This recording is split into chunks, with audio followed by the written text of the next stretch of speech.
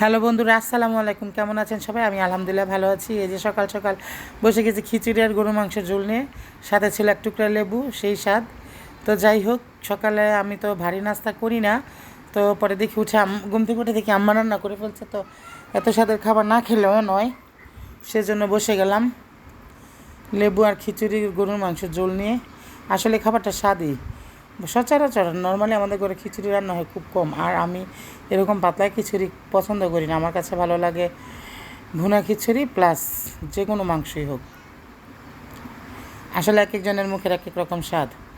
আমার কাছে এই খিচুড়িটা খেতে মানে একদম মানে হাবিজাবি লাগে, বিরক্ত লাগে। তারপরে মুখের স্বাদে খাই, না যে খাই একদম তা না। এখানে আমি আবার রান্নাও চড়াই দিচ্ছি। রান্না চড়া মানে রান্না বলতে কম রান্নাই করছি, বেশি রান্না করি নাই। রান্না করলে থাকে, সেজন্য কমই রান্না করছি। এটা ছিল একটা মাছের ভুনা করব, কাচকি মাছের সে ভুনা। আর কাচকি মাছ আমার অনেক পছন্দের একটা মাছ। কাচকি মাছ অনেকে অনেকভাবে রান্না করে, বাট আমি শুধু পেঁয়াজ দিয়ে রান্না করি। এটা আমার মায়ের কাছ থেকে শেখা। আর সাথে উপরে একটু জিরার ফাঁকি দিয়ে দিলে তো মানে জিরার গন্ধটার কাচকি মাছের যে ভুনা ভুনা ভাবটা বিশাল একটা ব্যাপার স্যাপার। এই যে আমার মাছ ভুনা করা শেষ, সাথে ছিল মূলা শাক ভাজি। এখানে কালকের তরকারি ছিল বাইং মাছের ভুনা, এটা গরম করে নিয়েছি। আর এখানে বসাই দিয়েছি চিংড়ি দিয়ে লাউ। মানে লাউয়ের যে কি একটা পেরা গেছে আমার, সেটা আর বলে বোঝাতে পারবো না। মানে 4-5 দিন যাবত আমি একাই লাউই খাচ্ছি, আর ভালোই লাগে, খারাপ না। নবীজির পছন্দের ফল এই সবজি, তো আর কি বলবো, এটার বলার কিছু নাই। তো এখানে দুপুরে খাবার নিয়ে বসে গেলাম এই যে মূলা শাক দিয়ে। মূলা শাক আমার খুব ফেভারিট একটা শাক, আমার কাছে অনেক ভালো লাগে। আর এখান দিয়ে আবার অন্য সব তরকারি নিয়ে নিছি, কারণ তরকারি না বেশি রান্না করলে মানে থাকে, কম রান্না করলে মনে হয় যে আরেকটা রান্না করার দরকার ছিল। এই ছিল তরকারির আইটেম। আর সেটা তো সবাই দেখছেনি রান্না করতে কী কী মানে কী কী রান্না করছি। আসলে মূলা শাক ভাজিটা দিয়ে ভাতটা খাইতে এত বেশি মজা লাগছে।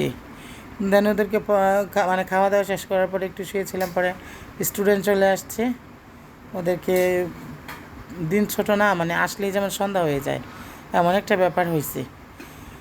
পরে সন্ধ্যার সময় বেবির জন্য রুটি দিয়ে ডিম ভাজতেছিলাম, কারণ বেবি এক এক দিন এক একটা খাবার দিই, যাতে ওর মানে প্রবলেম না হয়।